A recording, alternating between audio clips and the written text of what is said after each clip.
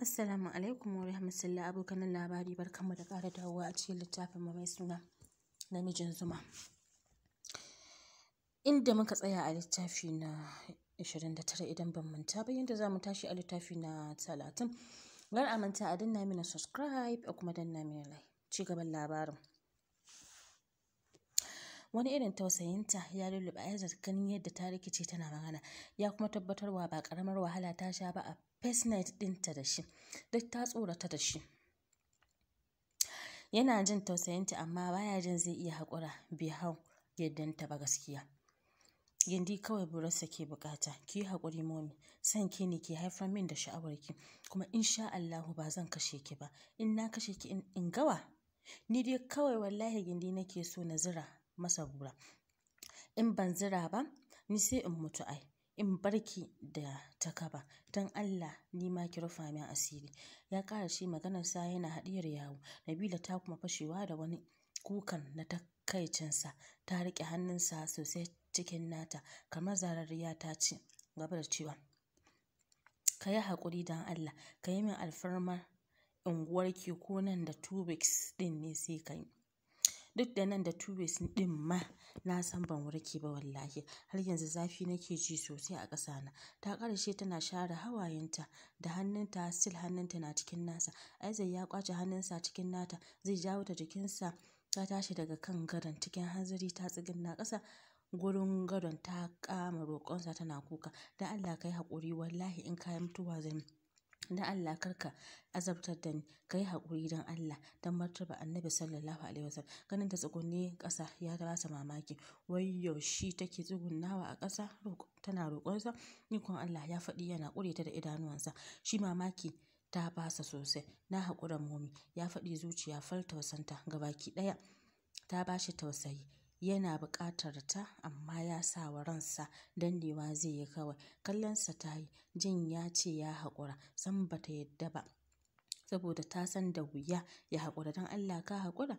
Ɗaga mata kai ya yi alamar iya, sai haɗiyar yawo yake, idanuwansa na kai tunjim ɗin nonuwanta. Na haƙura momi wallahi, ki dawo ki kwanta kawai abinki, ina ga zan jure kawai. Ya faɗi idanuwansa na kan nonuwanta. Sam ta ƙi yadda da cewar ganin yadda sai kallar mata nonuwa yake. Tana kuka ta kuma tambayarsa ya haƙura, ya ɗaga mata kai alamar fuskar sa na ƙara tabbatarwa. Wani sanyi ta ji a ranta duk da bata gama aminta da gaske yake ya haƙura ba. Cikin magiya ta sake cewa, tunda ka haƙura ka kai ni gidan Anta Hafsa don Allah, ka kai ni kawai yanzu don Allah. Aizat ya kalle ta ya ce wannan ne baki isa ba, dole ki zauna har ki warke ko nan da 2 months ne, in kika warke sai in ci na 1 month sai in maida ki gidan. Nabila ta kuma fashewa da kuka jin abin da ya ce, wai ita yaron da tare na shi ke juya ta kamar shi ya haifo ta duniya. Wannan abu na bata mata rai, gashi ba halin ta yi masa musu saboda azabar tsoronsa take ji. Ki yi shiru ma kawai momi, saboda kukanki ba zai sa in maida ki gidan Anta Hafsa ba. In ke ba ki son gani na, aini ina son ganin ki momi, ko kallon ki da nake yi ina jin daɗi ai. Nabila ta ci gaba da kuka, ita wallahi kawai so take ta buɗe ido ta ganta gidan Anta Hafsat ko ta tsira, amma yanzu a tsorace take tunda ya mata mugun cin nan da ido ɗaya take bacci. Zo ki sha min borana tunda ba zan ci ki ba, ai sai ki sha min in samu in kawo in rage wahalar da ke marana. Ya faɗi yana cire duka kayan baccin jikinsa, riga da wando duka. Nabila ta ja da baya ganin katuwar burarsa, ganin ta ja da baya ya sa ya kalle ta ya ce, ki matso ki sha min mana. Ya yi maganar da muryarsa da sha'awa ta gama narkar da ita. Tsoron abinka nake ji wallahi. Nabila ta faɗi tana sharar ƙwalla, sai kallon burarsa take yi, gabanta sai ƙara faɗuwa yake yi ga azabar bacci tana ji. Aizat ya yi murmushi ya ce, ai ko ki daina tsoron abuna, saboda kin bani da ita yanzu. Gidanki zai sha ci da wannan bura. Ya faɗi yana kamo kan kaciyarsa ya shafi saitin inda aka masa yankan kaciya, yana kallonta ita ma tana kallonsa. Bata ce komi ba, ta gama tabbatar da sam Aizat bai da kunya, bai sama inda kunya ta dosa ba shi. Rana ta tashi sosai, ki zo ki sha min kaciya ta tunda kin hana ni gindi. Ki matso ki sha min da sauri kafin in canza shawara in ce gindi zan ji. Jin abin da ya ce ya sa ta saurin tasowa ta hayo kan gado ta kafa ma burar tasa baki, ya saki nishi, ya kamo hannunta ya ɗaura kan golayensa, yana nishi ya ce yauwa mommy sha min ki dinga shafo mai 'yan golaye na ash. Wayo bakin mommy akan doguwar gindina ya danna kanta sosai kan burarsa, nan ta kama caccakar masa bura da bakinta tana tsotsawa tana lashe har ƙasa-ƙasa zuwa gurin golayensa tana sha, yana murzar mata nonuwa da hannunsa mai lafiya, sai sambatu yake har asubahi tana sha masa. Ya kawo kusan sau 5 kuma duk a bakinta, amma har yanzu bai ƙoshi ba. A ransa gindi kawai yake so ya ci, ya ji daɗi ba wai bai ji daɗi ba, amma gindin kawai yake so ya ci. Ya jawo ta jikinsa ya rungume, duk ta bi ta gaji, harshenta har ciwo ya fara yi ta ƙasa saboda tsotsar masa burar tasa da ta dinga yi, kamar ya ci ta haka ta ji lilis, ta ji jikinta ta yi luf, ta kwanta jikinsa sosai. Ina son ki wallahi mommy, ba zan rayu in baki ba. Aizai ya raɗa mata a kunne, haɗe da kisan kunnenta. Ta yi shiru kawai ta lumshe idanuwan. Aizai ya ji daɗi sosai, sai nishaɗi yake yi, ya rasa ina zai sa ta, sai ƙara rungumar ta yake yi. Ya tabbatar da gindin ya ce da ya fi haka nishaɗi. Zuwa nan da 2 days zaki bani gindi na ci ko mommy. Nabila ta zara jikinta a jikinsa nasa har ta ji faɗuwar gaba da yayi maganar cin gindi, sai ta ji gabanta ya yanke ya faɗi. Akan ya mata maganar cin gindi ƙwara ya gaura mata mari. Ta amarai da fuska ta ce ba ka ce ka haƙura ba. Aizai ya zaro idanuwa ya ce a ina na ce ina haƙura? Mahaukaci ne ni zan ce na haƙura da cin gindi? Ai wallahi sai dai in na mutu. Wake kin san azababben daɗin da na ji a durinki kuwa? Wallahi kamar na bar duniya nan na dawo haka na ji. Ban haɗa komi da gindin ki ba mommy, amma ba zai yi nan da 2 days ba. Don Allah ka rufa min asiri, kar ka jawo min masifa ka bar ni a wadda nake ciki. Wallahi ko nan da 2 weeks ɗin ma da doctor ta faɗa ban warke ba, sai dai nan da 1 month. Don Allah ka taimake ni. Ta ƙara shi tana ƙwallon. Aizat ya ce tab wallahi ki daina ta ambatar 1 month, ni kawai zan yi nan da 2 days ɗin ko yau ma da daddare wallahi kar ki ga na bar ki, kawai daurewa nayi. Nabila ta yi shiru kawai, ya jawo ta jikinsa ya kuma rungume ta, yana ɗaura hannunta kan borarsa. Shi san baya gajiya, sai da ta sake sha masa ya kawo kana suka nufi toilet suka yi wankan tsarki tare. Duk da ita bata kawo ba, ya ce zai taɓa ta, ta kawo ta ƙi yarda saboda ita ba ta daɗi take yanzu ba, ta lafiyar da take. Suka yi sallah asuba suka kwanta, hannunsa na kan nonuwa har bacci ya ɗauke sa.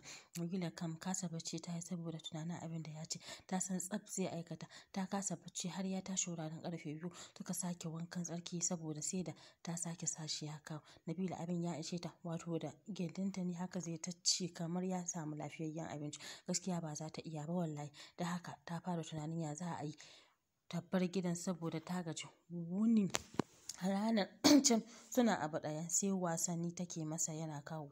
Da daddare ma bai bar ta ba, ya matsa sai ta bashi ya ce. Da kyar ta samu suka rabu lafiya, amma har asubahi yau ma bata yi bacci ba. Yau tana tashi ta sa masa kuka ya ce ya kai ta gidan Anta Hafsa, sam ya ƙi yarda. Duk kukan da ta yi ya ce wallahi ba zai kai ta ba.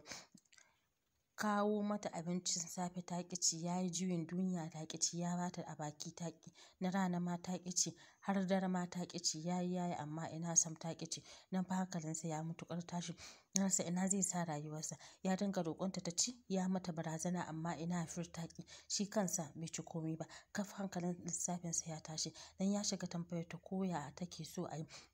Ta kalli shi tana kuka, duk ta zuru na yau kawai da bata sa komai a cikinta ba. Ka kai ni gidan Anta Hafsa yanzu, ta faɗi da muryar ta kuka shi gwaɓaɓɓa, sai da ya ji tsikar jikinsa ta tashi saboda yadda ta yi magana. Ya kalli agogon ɗakin ya ga wuraren 11 na dare ake nema. Ya yi kisan kan bakinta ya ce haba jarumata, ki bari zuwa gobe. Please, ina tsoron kewar da zan yi saboda na saba da ke sosai. Mommy a kwanakin nan na saba da kwana a jikinki. Wallahi kewarki za ta taɓa ni dole ne, amma na ji na haƙura. Zan maida ki amma ki ci wani abu yau gobe sai in kai ki. Ta kuma fashewa da kuka jin ya ce gobe. Tana faɗin wallahi ba zan ci komai ba gaskiya sai na koma gidan Anta Hafsa. Aizar hankali ya kuma tashi ya shiga kara lalla mata.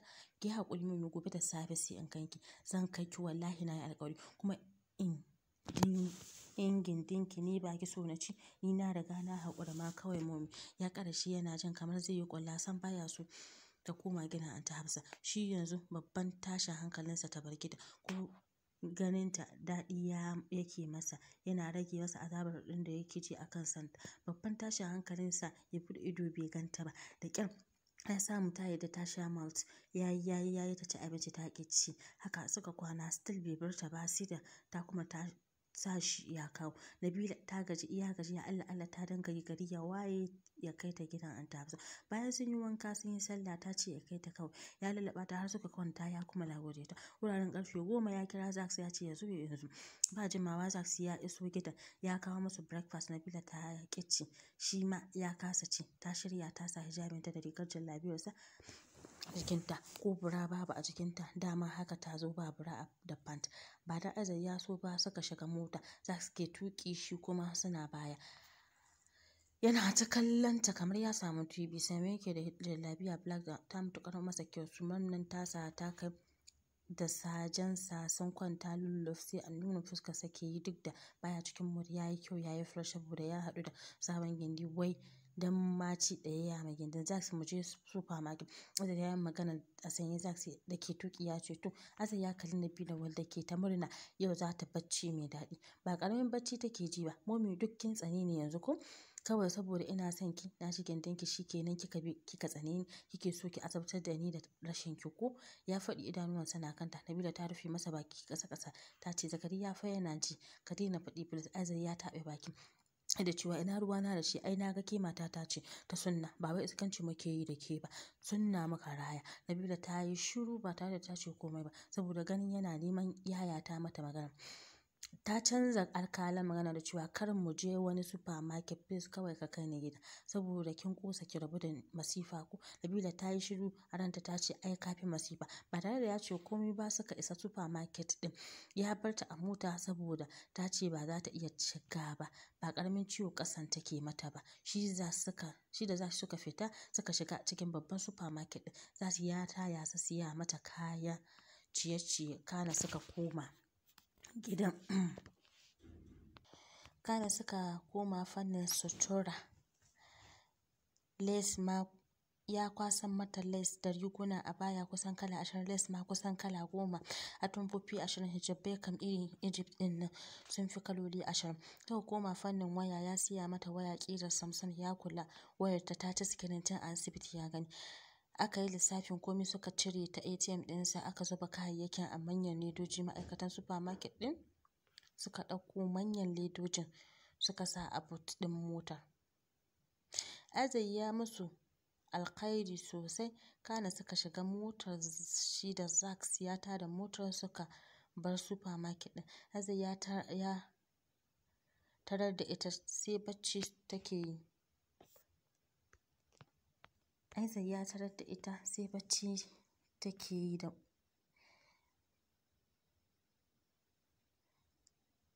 mai daɗi ya kwashe ta. Daman kunne suka bar AC motar. Sam ma bata san sun shigo har ta bacci ba.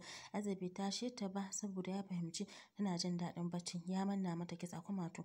Ya tabbatar sai kewarta ta kusa kashe sa saboda hannunsa akan nononta. Ya saba hannunsa akan nononta a hankali, ya jawo da jikinsa ya rungume. Bata farka ba sai ma ta ƙara luf akan ƙirjinsa har suka isa gidan. Zax ya yi fakin, tana ta bacci. Yana fakin ɗin ya juyo ya kalli Aizar ya ce bari in fita in bar ku gana, don na san kana so ka ƙara ganawa da Momi sosai. Aizar ya watso masa harara. Zax ya yi yar dariya ya fice a motar. Ya tsaya daga waje ya fara shafar wayarsa. Aizar ya kasa tashin ta, sai ma ya ƙara rungumar ta jikinsa sosai har suka yi 20 minutes da tsayuwa. Ya ɗauko fuskar ta wadda ta ƙara kyau, musamman da take bacci. Kyau ya ga ta ƙara masa sosai. Allah ne ya jarabe ni da sanki, Aizar ya faɗi haɗe da kai bakinsa kan nata ya kama tsotso kamar ya samu zuru. Mugun daɗi ne da bakinta sosai. Jin yana tsotsar mata baki ya sa ta farka a hankali daga baccin da ta ture sa. Ta tsure sa da ido, shi ma itan yake kallo, ga bakinsa cikin nata. Bata sa ma sun dawo ba, amma dai ta san ta ɗan jima tana bacci. Sai da yayi kusan 10 minutes yana tsotsar mata baki, kana ya sakar mata baki, yana nishi, ya rungume ta sosai jikin, ya ɗaura mata kiss a goshinta. Ta ɗago daga jikinsa, sai yanzu ta fahimci suna gidan Anta Hafsa ne. Ashe lalle ta yi bacci sosai. Ta bi yaranta, wata murna ta shige ta. Ta kalle shi, shi ma itan yake kallo. Ya ga nishaɗi kan fuskar ta, san bai ga irinsa ba tunda ya ɗauke ta suka bar gidan. Sai yau, momi ina son ki wallahi, ya kamata ki so ni nima don Allah, ki ƙaunace ni, ba laifina ba ne, laifin ƙauna ne. Duk sadda ya ce yana son ta sai jikinta ya mutu. Ya amsa, daman kuma yanzu jikin nata a mace yake saboda tsotse mata baki da yayi. Na gode, ta faɗi, saboda cewa da yayi yana son ta. Bata taɓa masa godiya dan ya ce yana son ta ba sai murmushin jin daɗi yayi. Ni ma na gode da burjinki da kika tattala kika bani na ci. Na gode da komi, na gode da daɗin gindi da manyan nonukan ki duk, na gode. Ya ƙara shi yana kai mata kiss a kan leɓe, san bai gajiya da kisin ɗinta in yana kusa da ita. Ya ɗauko wayar da ya siya mata ya bata. Irin ta maman Nur, Gold ce ta maman Nur kuma white ce. Ɗaguwa ta yi, ta kalle sa, ya ce wai da kina siya miki ko kin fi son Samsung? A'a, ni wannan mata min girma da ƙarama ka siya min. Anta Hafsa za ta yi zagin wani abu in ta ga ta ka siya min irin wannan wani. Azza ya taɓa baki ya ce kar ki damu da wannan, ai da kaina zan gaya mata. Na ji daɗi ne, ina mayar miki da sadakin ki account ɗinki, ki ci kuɗin ki tunda ni ma na cikin. Nabila ta amsa, ta masa godiya sosai saboda ya matsa sai da ta amshi wayar a matsayin ta dole. Sai da ta ya kuma kisan ɗinta, ya taɓa nuni da Zack da ke tsaye tuni ya zauna saman mota saboda ya ji shiru ya yi yawa har ya gaji da tsayuwa. Aizar ya kalli Zat ya ce an kwashe kayan boot ɗin motar an kai su cikin gida kuwa? Zar ya ce a'a, amma bari a kira masu aiki. Zar ya kira ma'aikatan suka kwashe kayan suka shiga da shi. Nabila na gaba, Aizar na baya, Zack na bayansa suka shiga falon. Nabila da zuciya take dukan uku, tunanin da ya wacce fuska za ta kalli Anta Hafsa da Big Hajiya yau kusan wanwai fata ba da gida. Bata so abin ta shiga gaba ba, dan dai gogan ne ya sa ta gaba. Nabila na shigowa falon, idanun da suka sauka akan Big Hajiya da ke zaune ƙasan kafet. Ana shigowa da kayan, ta tambayi wa ya sa a shigo da shi kayan. Ma'aikatan suka ce Aizar ne. Shine ta zauna take ta bubbuɗe ledoji. Nabila da Aizar da Zack suna shigowa falo da ta ɗago idanuwa ta zuba musu ido, musamman Nabila ta zuba mata idanuwa daidai Anta Hafsa ta shigo. Tana gama sauko falon, idanuwanta suka sauka akan Nabila da kanta ke ƙasa. Ta kasa ko kallon Big Hajiya balle ta gaida ta. Kan nan nata na ƙasa, ji take kamar duk wanda ya kalle ta zai gane abin da ya faru. Mutuncin ta ya zube. Anta Hafsa ta kalli gogon uban gayya wanda ya saka hannu mai lafiya a cikin aljihun jalabiyar da ke jikinsa. Yana ta kallon Big Hajiya wadda ita ma sai kallon su take yi. Ta kasa cewa komai, ita abin ma ta rasa ya za ta fassara shi. Ya ɗago ya kalli Anta Hafsa, ya ga ita ma shi take kallo. Ya wani haɗa rai, fuska ba alamar raini, ya tsare gida. Zasu da ke baya ya zuba wa sarautar Allah ido. Yana so ya ga wani game za a yi. Ya san dai akwai babban game saboda Big Hajiya dama Anta Hafsa ce kawai. To masu saurare na, zan dakata a littafin mu a nan na 30 kenan, sai mun haɗu a littafi na 31. Kar a manta a danna mini subscribe a kuma danna mini like. Ta ku har kullum, abokiyar labari.